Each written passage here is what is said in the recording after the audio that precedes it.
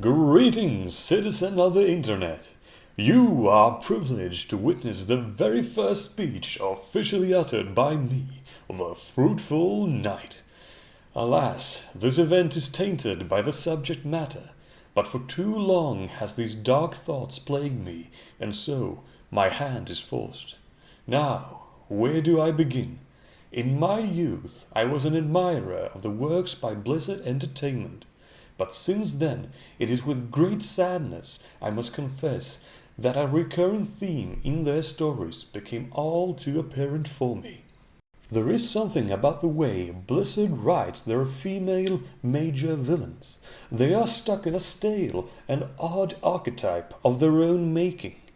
In this video, I will go through 4 female villains in 4 different universes, and you can tell me if you agree that they all have odd and specific similarities with each other.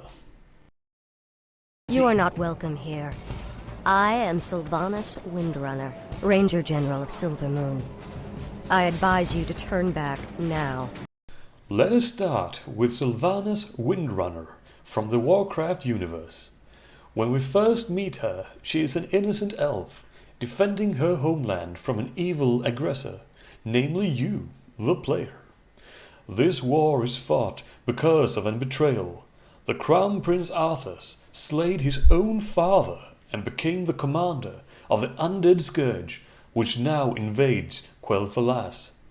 As an ally of the humans, the elves are therefore also betrayed by Arthas's actions.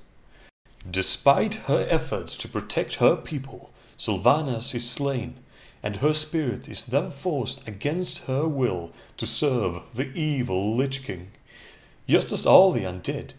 But in Warcraft 3, she is the only important major character this happens to. Kel'Thuzad started out evil, and Arthas was seduced by the power to take his revenge upon a bitter enemy of his. Even though Arthas was manipulated, he had agency and chose a dark path. And so Sylvanas stands out from the other characters. No one else of similar importance switches sides in the same manner as she does. Our second universe is StarCraft, where we have Kerrigan. When we first meet her, she is a rebel fighting against oppression. We find ourselves in a chaotic situation where the human colonies have long been mishandled by the Confederacy, and now there is also several alien invasions occurring. During an evacuation under a Zerg attack, her commander Arcturus then decides that she is expendable and betrays her by leaving her behind and fleeing the planet. She is shortly overwhelmed through no fault of her own and integrated into the Zerg, and henceforth she becomes a major villain fighting for the Zerg or her own now evil interests throughout the original StarCraft and Brood War story. As with Sylvanas, becoming evil was not a choice of her own. Both these characters started out innocent until they were betrayed and then utterly violated by something evil, after which they became a major evil character in the story. I find these similarities striking, and though Sylvanas did not play the part of a significant antagonist in Warcraft 3, she now does in World of Warcraft. Well, we are halfway there now. Let's continue. Now, Diablo is obviously the darkest out of Blizzard's universes. As you might have noticed, the focus of my analysis is on character agency. But this is a bleak world where evil roams, and so you might wonder if it is fair to call out a character following this pattern I'm describing. If we look at Diablo 2, the hero of the former game becomes a vessel for Diablo, and eventually started doing his bidding. In his opposition against evil, all he can do is claim a Pyrrhic victory, only managing to prevent Diablo's full influence for a limited time in the mortal realm. Alas, in Diablo 3 we are introduced to innocent Leah. She is not a warrior. She is an orphan picked up by a kind old scholar. And as the game progresses, we learn that she is the unwitting vessel for the very evil that is Diablo. Her mother betrays her in order to corrupt her, as was planned before she was even born. Without agency of her own, she is brutally violated to her very core and used to manifest the prime evil Diablo. There is a small alteration from the previous two characters. She isn't suddenly an evil character, but rather replaced by one. A destiny forced upon her, not in any way related to her own actions.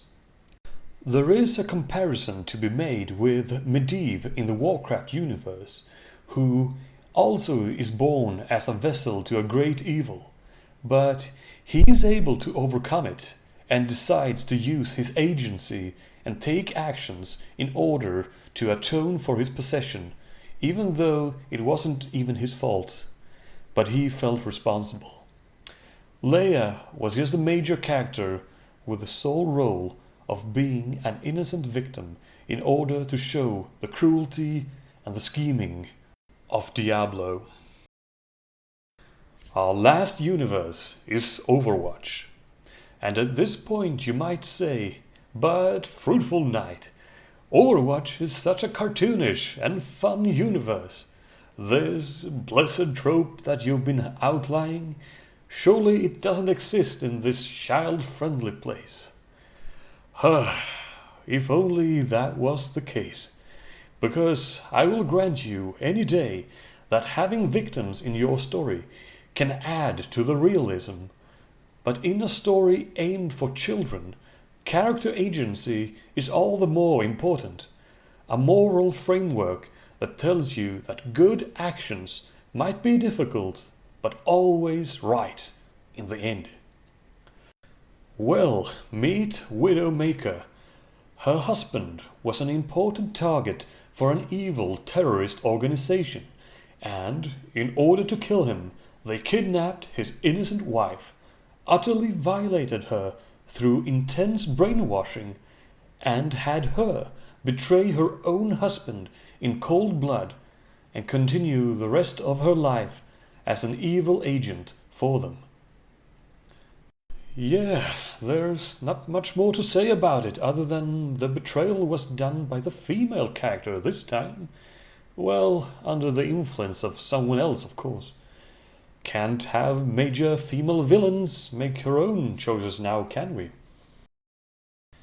And with that, I've laid out my case. Blizzard Entertainment has an obvious type of female character they love inserting in their stories. These are major characters important for the plot, but without any agency of their own. I do not mind facing tragic antagonists in video games, nor seeing victims being claimed by the conflict of the story. But seeing this template being reused again and again completely ruins my immersion. And that's actually it, what I wanted to share in this video. So, dear citizen of the internet, if you have the time, I would love to hear your favorite female antagonist with agency, from a Blizzard universe or any other fictional one you like. This has been the Fruitful Night. Until we meet again, safe travels on your internet journey.